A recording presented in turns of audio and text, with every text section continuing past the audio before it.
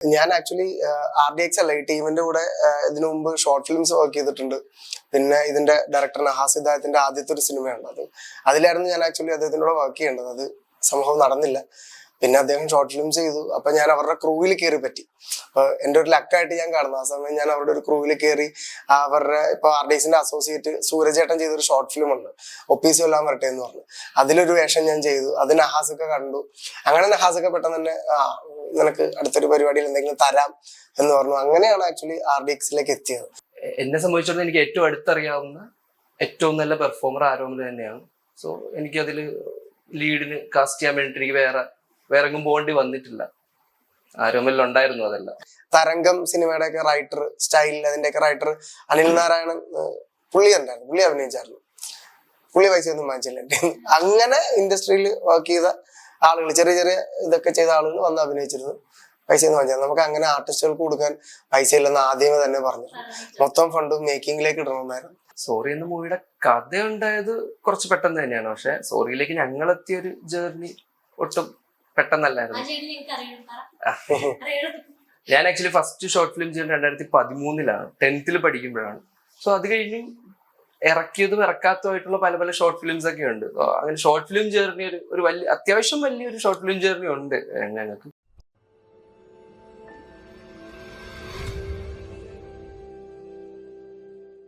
മാപ്സ്റ്റിക്കിന്റെ പുതിയൊരു എപ്പിസോഡിലേക്ക് സ്വാഗതം. സോറി എന്ന മൂവിയിലെ നമ്മുടെ പ്രൊഡ്യൂസറും ഡയറക്ടറുമാണ് മുന്നിലിരിക്കുന്നത്, അക്ഷയാണ്. അപ്പം ആരോമലാണെങ്കിൽ ഒരു ജൂനിയർ ആർട്ടിസ്റ്റ് ആയിരുന്നു. അവിടെ നിന്ന് ഒരു നായകനിലേക്ക് എത്തിയ ഒരു ജേർണി ഒന്ന് പ്രേക്ഷകരോടൊന്ന് പറയും. ഞാൻ ആക്ച്വലി തിയേറ്റർ ആർട്ടിസ്റ്റ് ആയിരുന്നു. അത് കഴിഞ്ഞിട്ടാണ് ജൂനിയർ ആർട്ടിസ്റ്റ് ആയത്. പിന്നെ വോഡാഫോൺ കോമഡി സ്റ്റാർസിൽ കുറച്ച് നാള് ഒരു 6-7 സ്കിറ്റോളം ഡയലോഗോട് കൂടി ചെയ്തിട്ടുണ്ട്. മൊത്തം ഒരു 10-15 സ്കിറ്റ് ചെയ്തിട്ടുണ്ട്. അപ്പൊ അത് കഴിഞ്ഞ് 9th പഠിക്കുമ്പോഴാണ് ആദ്യമായിട്ട് ഒരു ക്യാമറയുടെ ഫ്രണ്ടിൽ വരുന്നത്. ബൈസൈക്കിൾ തീവ്സ് എന്ന് പറഞ്ഞ ഫിലിമിലാണ്. ഒരു ചെറിയ വേഷമായിരുന്നു. ഇങ്ങനെ സൈഡിൽ കൂടെ ഇങ്ങനെ പോകുന്നതാണ്. അപ്പൊ അത് കഴിഞ്ഞ് പിന്നെ കുറെ ഓഡിഷൻസ് പോകാൻ തുടങ്ങി. ഓഡിഷൻസ് ഒക്കെ കഴിഞ്ഞിട്ട് എല്ലാത്തിനും ഒന്നും കിട്ടിയിട്ടില്ല. ആ ഒരു ഓഡിഷൻസിന്റെ ആ ഒരു സ്റ്റോറി ഉണ്ടല്ലോ, അത് ഒരു വലിയൊരു കാര്യമാണ്. ആ സ്റ്റോറി ഓർക്കുന്നുണ്ടോ? ഒരുപാട് സ്റ്റോറികളുണ്ട്. ഓഡിഷൻ എന്ന് വെച്ച് കഴിഞ്ഞാൽ നമ്മൾ ആ സമയത്ത് നമുക്ക് വേണ്ടത്ര കോണ്ടാക്ട്സ് ഒന്നുമില്ല. നമുക്ക് സിനിമയിലേക്ക് എത്താൻ അങ്ങനെ ഒരു ബാക്കപ്പ് ഒന്നുമില്ല. നമ്മൾ നേരെ അങ്ങോട്ട് കയറി ചെല്ലുക എന്നുള്ളതായിരുന്നു. അപ്പൊ ഓഡിഷൻ എപ്പോഴും അന്ന് പോയിക്കൊണ്ടിരുന്ന സമയത്ത് എനിക്ക് കുറെ ഓഡിഷൻസിൽ നിന്ന് എനിക്ക് കിട്ടുന്നത് ഡയലോഗോട് കൂടി ഒരു വേഷം കിട്ടുന്ന ഒരു സിനിമാക്കാരൻ എന്ന് പറഞ്ഞൊരു ലിയോ തദേവ് സാറിന്റെ പടത്തിലാണ് ഒരു ഡയലോഗോട് കൂടി ഒരു വേഷം കിട്ടുന്നത്. അത് കഴിഞ്ഞ് അദ്ദേഹത്തിന് തന്നെ ലോനപ്പന്റെ മാമോസ എന്ന് പറഞ്ഞ പടത്തില് അതും ഓഡിഷൻ ആയിരുന്നു. പിന്നെ ഇപ്പൊ RDX വരെ എത്തി നിൽക്കുന്നു.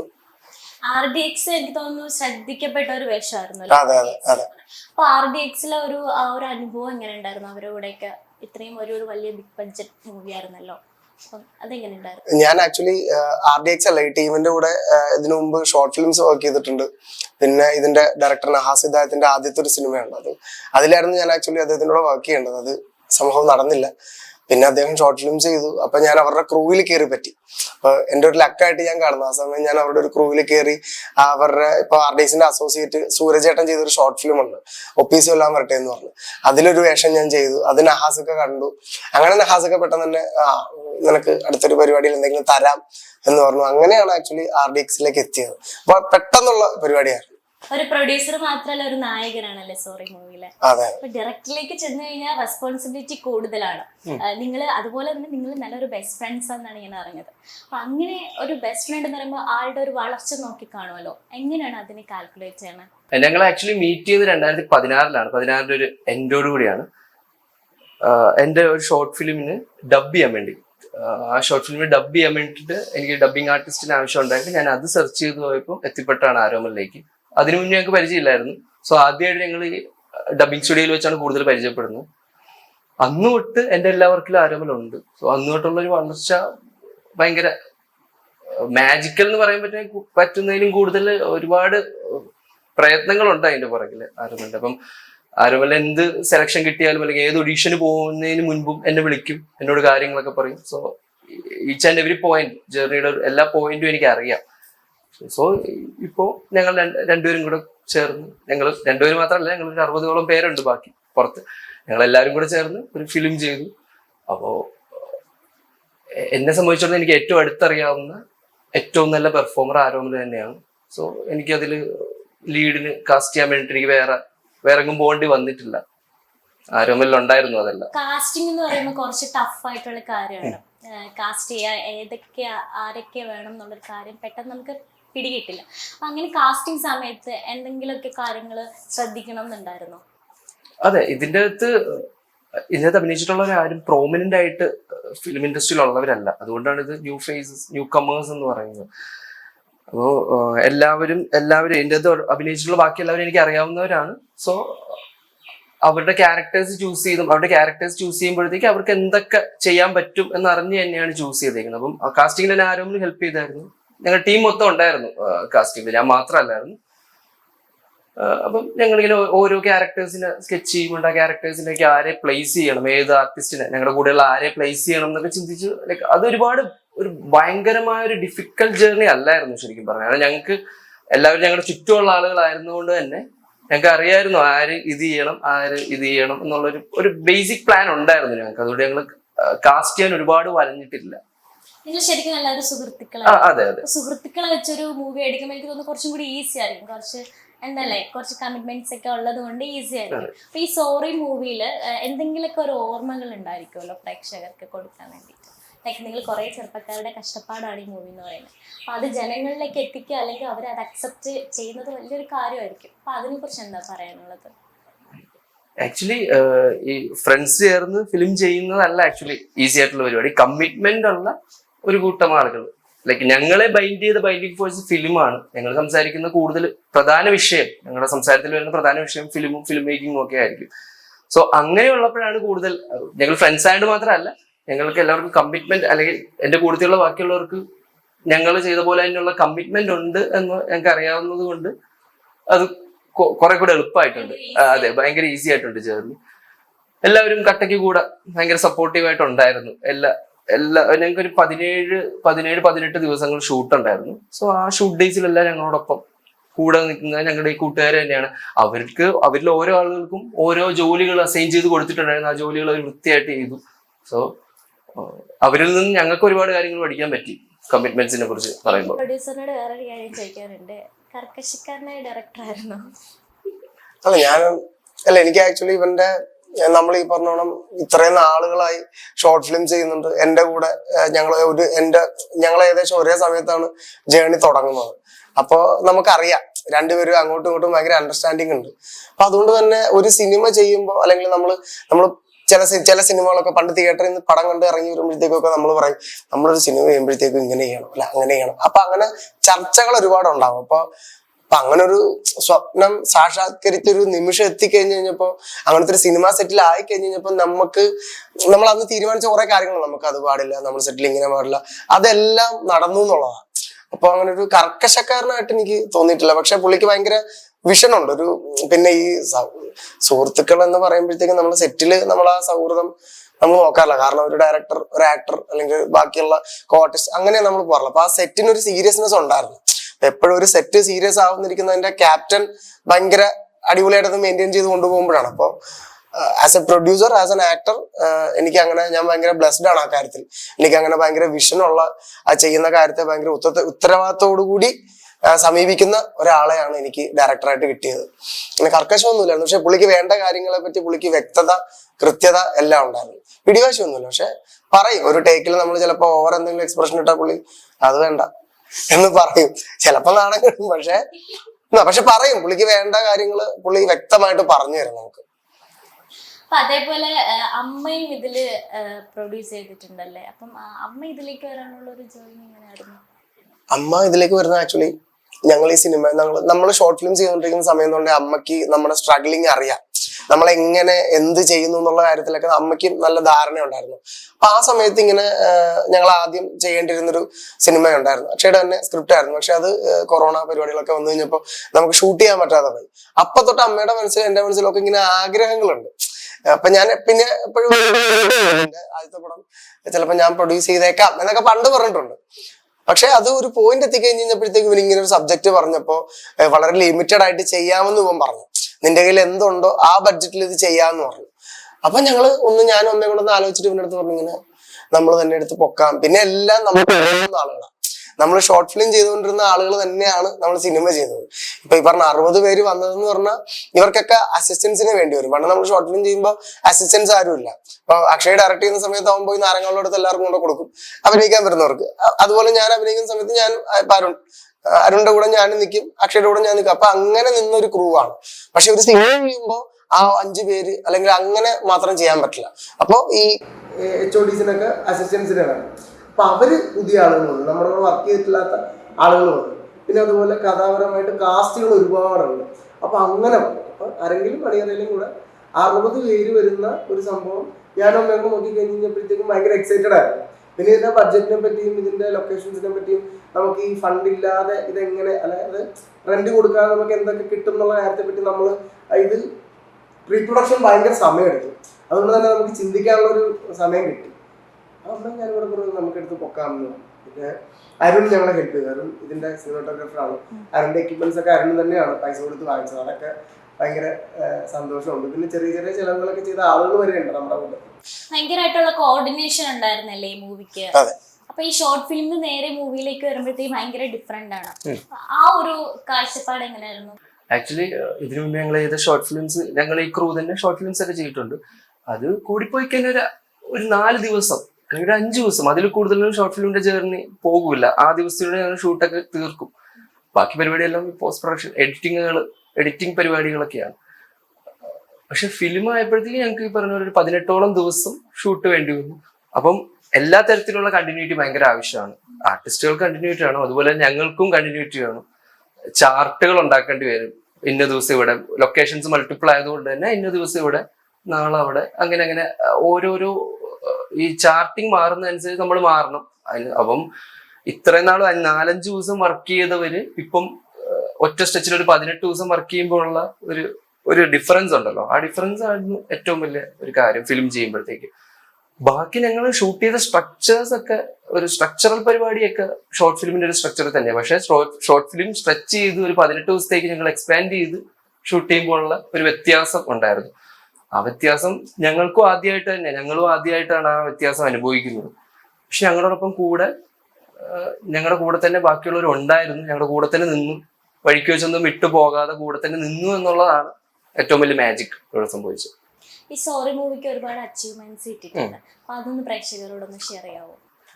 സോറി ഇപ്പൊ കറന്റ് ഫെസ്റ്റിവൽ റണ്ണിംഗ് ആണ്. മോക്കോ ഇന്റർനാഷണൽ ഫെസ്റ്റിവലിൽ 2 അവാർഡ് ഉണ്ട്. അത് പോണ്ടിച്ചേരി വെച്ച് നടക്കുന്ന ഒരു ഫെസ്റ്റിവലാണ്. ബെസ്റ്റ് സ്ക്രീൻ പ്ലേക്കും ഉണ്ട്, ബെസ്റ്റ് ഡെബ്യൂ ഡയറക്ടർക്ക് അവാർഡ് ഉണ്ട്. പിന്നെ ഇന്ത്യൻ ഇൻഡിപെൻഡന്റ് ഫിലിം ഫെസ്റ്റിവലിൽ ബെസ്റ്റ് എക്സ്പെരിമെന്റൽ ഫിലിം ആയിട്ടുണ്ട്. പിന്നെ 2011-17 എന്ന ചെന്നൈയിൽ വെച്ച് നടക്കുന്ന ഫെസ്റ്റിവലിൽ ബെസ്റ്റ് ഫിലിമിനുള്ള അവാർഡ് ഉണ്ട്. അത്രയാണ് അവാർഡ്സ്. പിന്നെ ഒഫീഷ്യൽ സെലക്ഷൻസ് ആണ്. മദ്രാസ് ഇൻഡിപെൻഡന്റ് ഫിലിം ഫെസ്റ്റിവലിൽ ഒഫീഷ്യൽ സെലക്ഷൻ ഉണ്ട് ഇപ്പോൾ സോറിക്ക്. പിന്നെ സ്റ്റോക്ക്ഹോമിൽ വെച്ച് നടക്കണം, സ്വീഡനിലെ സ്റ്റോക്ക്ഹോമിൽ വെച്ച് നടക്കുന്ന Stockholm city film festival official selection ഉണ്ട്. അതൊക്കെയാണ് ഇതുവരെയുള്ള ഫെസ്റ്റിവൽ ജേർണി.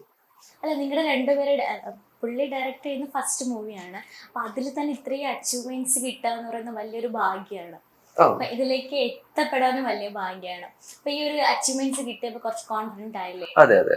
ഇനി അങ്ങോട്ട് മൂവീസ് ഒക്കെ പ്രതീക്ഷിക്കാം. ഓ പിന്നെ ശരിക്കും ഈ സോറി എന്താണെന്ന് പ്രേക്ഷകർക്ക് ഒന്ന് പറയാം. സോറി ആക്ച്വലി പേര് പോലെ തന്നെ അപ്പോളജീസിന്റെ കഥയാണ്. സോറി എന്ന വാക്കിന്റെ അർത്ഥം പോലെ തന്നെ ക്ഷമാപണങ്ങളാണ്. അതിന്റെ ഒരു അപ്പോളജീസിന്റെ പൊളിറ്റിക്സ് ആണ്, ക്ഷമ പറച്ചിലിന്റെ പൊളിറ്റിക്സ് ആണ് ആക്ച്വലി സോറി ഡിസ്കസ് ചെയ്യുന്നത്. പടത്തിന്റെ പിന്നിൽ എന്തെങ്കിലും പൊളിറ്റിക്സ് ഉണ്ടോ? എന്തെങ്കിലും നിങ്ങൾ കാണിക്കുന്നുണ്ടോ? നേരത്തെ പറഞ്ഞ പോലെ തന്നെ അപ്പോളജീസിന്റെ പൊളിറ്റിക്സ്, മാപ്പ് പറച്ചിലിന്റെ പൊളിറ്റിക്സ് ആണ് ആക്ച്വലി സോറി ഡിസ്കസ് ചെയ്യുന്നത്. അത് ഭയങ്കര ഇമ്പോർട്ടന്റ് ആണെന്ന് തോന്നി. അങ്ങനെ ഉണ്ടായ ഒരു കഥയാണ് ആക്ച്വലി സോറി. അല്ല, ലേട്ടൻ പറയുന്ന പോലെ സോറി എന്ന് പറയുന്ന ഒരു ചെറിയ വാക്കല്ല, അത് എപ്പോഴും ഉപയോഗിക്കാൻ. അതേപോലെ തന്നെയാണോ?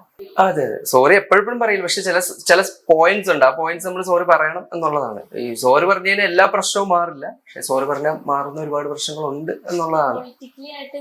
അതെ. ഈ മൂവി മേക്ക് ചെയ്ത സമയത്ത് റിലീസ് എന്ന് പറയുമ്പോഴത്തേക്ക് OTT-ലേക്ക് ഒതുങ്ങിപ്പോവും എന്ന് ഉണ്ടായിരുന്നു അതോ? ഇല്ല, OTT ഒരു ഒതുങ്ങലായിട്ട് തോന്നുന്നില്ല. OTT ആക്ച്വലി ഒരു മോർ പേഴ്സണൽ ആണ് sorry. More personal, more political എന്നാണല്ലോ. സോറി കുറച്ചുകൂടെ പേഴ്സണൽ വാച്ചിന് പറ്റിയ ഫിലിമാണ്. ഞങ്ങൾക്ക് തന്നെ ഒരു ധാരണയുണ്ട്. ആ ധാരണയിൽ നിന്നാണ് ഞങ്ങൾ ഈ ഒരു പ്ലാൻ ചെയ്തത്. OTT ചെറിയ മൂവി ആയിരുന്നല്ലോ. അപ്പൊ അതുകൊണ്ട് ഈ എങ്ങനെയാണ് മറ്റുള്ളവരെ അക്സെപ്റ്റ് ചെയ്യാമെന്നുള്ള എപ്പോഴെങ്കിലും ചിന്തിച്ചിട്ടുണ്ടോ, ഒരു തോട്ട് വന്നിട്ടുണ്ടോ? ഇല്ല, ഇത് സംസാരിക്കുന്ന വിഷയം ആക്ച്വലി ആ കണ്ടന്റ് ആളുകൾ ചർച്ച ചെയ്യും എന്ന് തന്നെയാണ് ഞങ്ങളുടെ ഒരു വിശ്വാസം. കാരണം ചർച്ച ചെയ്യേണ്ട ഒരു കണ്ടന്റ് തന്നെയാണത്.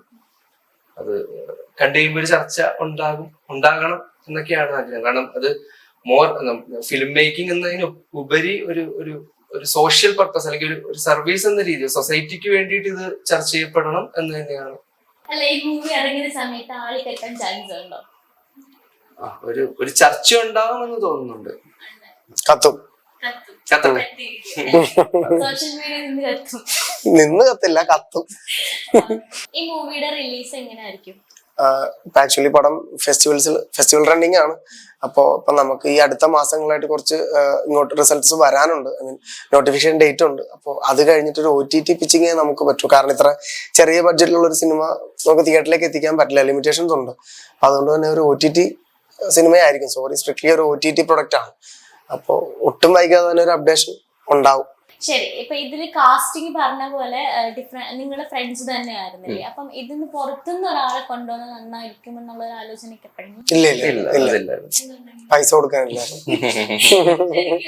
നിങ്ങൾ ബഡ്ജറ്റ് ഫ്രണ്ട്ലി ആയിരുന്നല്ലേ? Budget friendly. പുറത്തുനിന്ന് ആൾക്കാർ എടുക്കാറുന്നില്ലേ? പുറത്തുനിന്ന് ആളുകൾ ഉണ്ടായിരുന്നു. ഇപ്പൊ ഈ സിനിമയിൽ ഇപ്പൊ പിന്നണി പ്രവർത്തകർ അനിലേട്ടനൊക്കെ ഉണ്ടായിരുന്നു. അതായത് തരംഗം സിനിമയുടെ ഒക്കെ റൈറ്റർ, സ്റ്റൈൽ അതിന്റെ ഒക്കെ റൈറ്റർ അനിൽ നാരായണൻ പുള്ളി ഉണ്ടായിരുന്നു. പുള്ളി അഭിനയിച്ചായിരുന്നു. പുള്ളി പൈസ ഒന്നും വാങ്ങിച്ചില്ല. അങ്ങനെ ഇൻഡസ്ട്രിയിൽ വർക്ക് ചെയ്ത ആളുകൾ, ചെറിയ ചെറിയ ഇതൊക്കെ ചെയ്ത ആളുകൾ വന്ന് അഭിനയിച്ചിരുന്നു. പൈസ ഒന്നും വാങ്ങിച്ചത്. നമുക്ക് അങ്ങനെ ആർട്ടിസ്റ്റുകൾക്ക് കൊടുക്കാൻ പൈസ ഇല്ലെന്ന് ആദ്യമേ തന്നെ പറഞ്ഞു. മൊത്തം ഫണ്ട് മേക്കിങ്ങിലേക്ക് ഇടണമെന്നായിരുന്നു. അപ്പോൾ നമ്മുടെ മുമ്പിൽ തന്നെ ആളുകൾ ഉണ്ടായിരുന്നു. ഞാൻ വിളിച്ചാൽ വരുന്ന ആളുകൾ ഉണ്ടായിരുന്നു. അതുകൊണ്ട് ഭയങ്കര എളുപ്പമായി. ഇപ്പൊ ആ പറഞ്ഞ കാര്യം ഭയങ്കര എളുപ്പമായി. പല ആൾക്കാര് സിനിമ പ്രേമിയാണ്.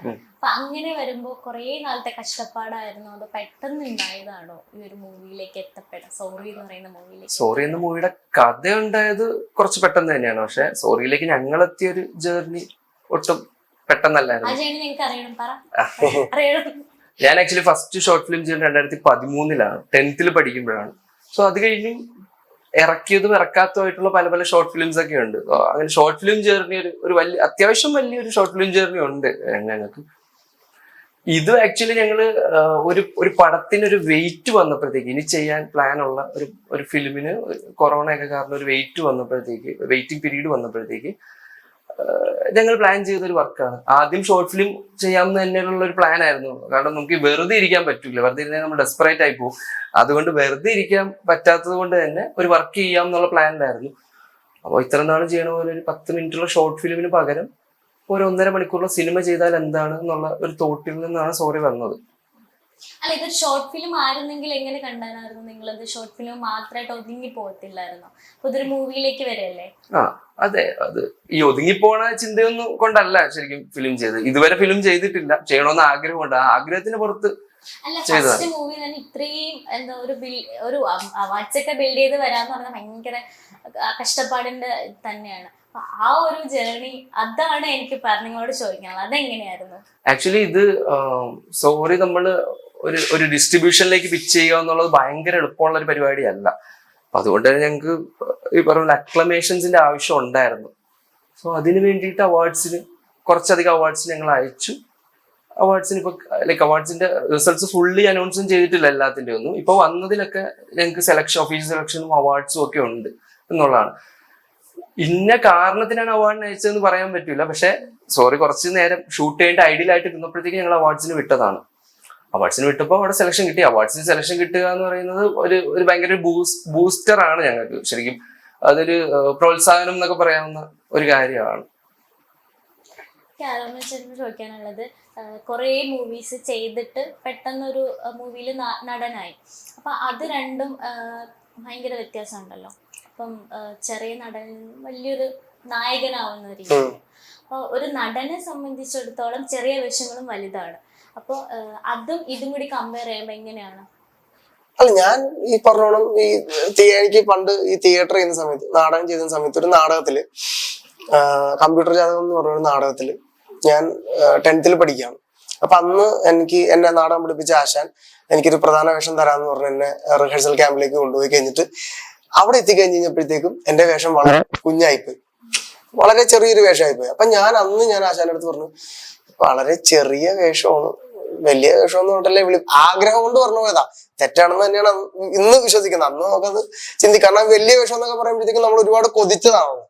അപ്പൊ അന്ന് ആശാൻ പറഞ്ഞൊരു കാര്യമുണ്ട്, ചെറുതാണേലും വലുതാണേലും ഒരേ ഇൻപുട്ട് തന്നെയാണ് ഇടുന്നത്, എഫേർട്ട് ഒന്ന് തന്നെയാണ്, എന്തായാലും അഭിനയിക്കണം. അപ്പൊ അന്ന് ആശാൻ പറഞ്ഞ കാര്യമാണ് എന്റെ ലൈഫ് ലോങ് ഞാനൊരു ഇക്വേഷൻ ആയിട്ട് ഫോളോ അപ്പ് ചെയ്യുന്നത്. അന്ന് ഞാൻ ചിലപ്പോ RDXലൊക്കെ ഞാൻ ഒരു സീനിലേ ഉള്ളൂ, ഇങ്ങനെ ചുമ്മാ ഇങ്ങനെ ഔട്ട് കാണിക്കുന്ന സീനില്ല. പക്ഷെ അതും ഞാൻ ഭയങ്കരമായിട്ട് അതുപോലും കിട്ടാത്ത ഒരുപാട് ആളുകൾ പുറത്തുണ്ട്. അപ്പൊ നമ്മള് ചെറുതേ കിട്ടിയുള്ളൂ എന്ന് പറഞ്ഞ് കുറ്റം പറഞ്ഞിരുന്നിട്ടില്ല. നാടകങ്ങളിലാണ് കുറ്റം പറഞ്ഞത്, സിനിമയിൽ ഒരിക്കലും ഞാൻ അങ്ങനെ പറഞ്ഞിട്ടില്ല. സോമന്റെ കൃതാവ് എന്ന് പറഞ്ഞൊരു സിനിമയിൽ ഞാൻ വിനേട്ടന്റെ അടുത്ത് വീഡിയോഗ്രാഫറായിട്ട് നിൽക്കുന്ന ചുമ്മാ തട്ടൊക്കെ കൊടുക്കുന്ന ഒരാളാണ്.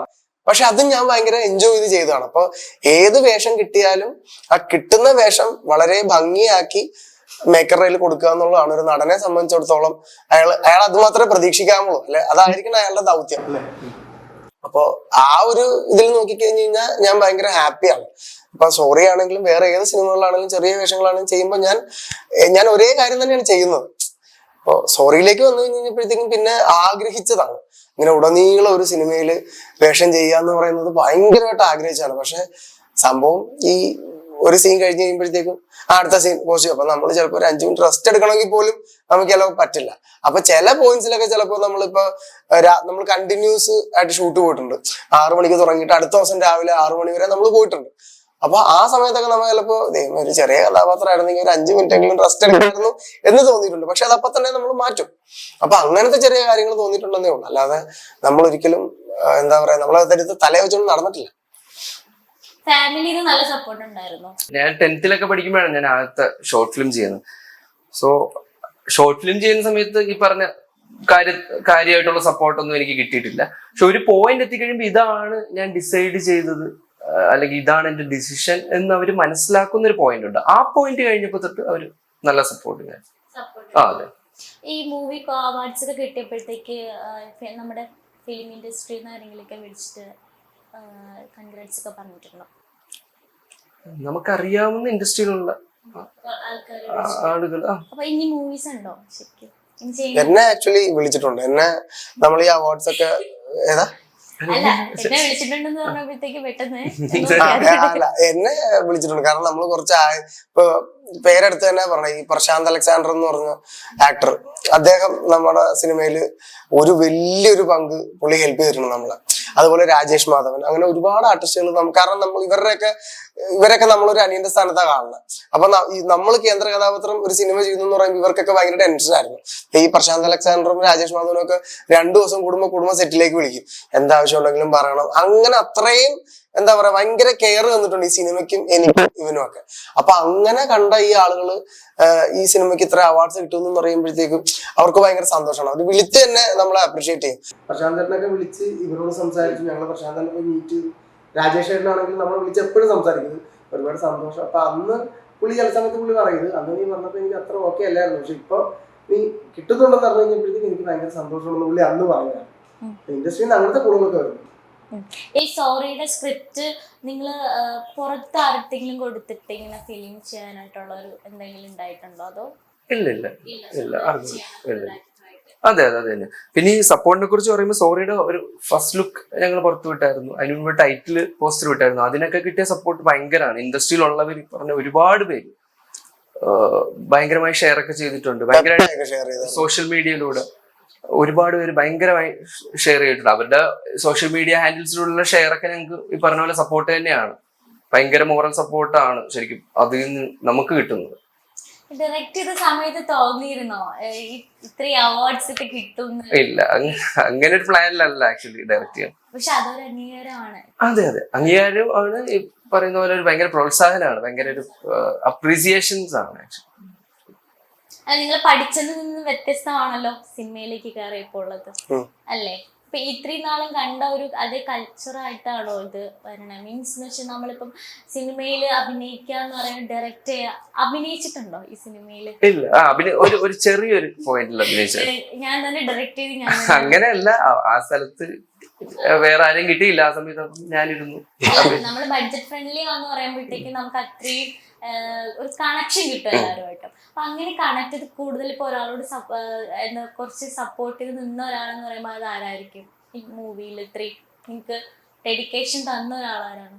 അത് ഞങ്ങളുടെയൊക്കെ ഫാമിലിയിൽ നിന്ന് കിട്ടിയ ഭയങ്കരമായ ഫാമിലി നല്ല സപ്പോർട്ട് അതെ അതെ അതെ ഫാമിലി. ഞങ്ങളുടെ മാത്രമല്ല, ഇതിന്റെ അകത്തുള്ള ബാക്കി 60 പേരുടെ ഫാമിലി ഭയങ്കര സപ്പോർട്ടാണ്. അവരെയൊക്കെ വിടണമല്ലോ ഇതിന് വേണ്ടിട്ട്.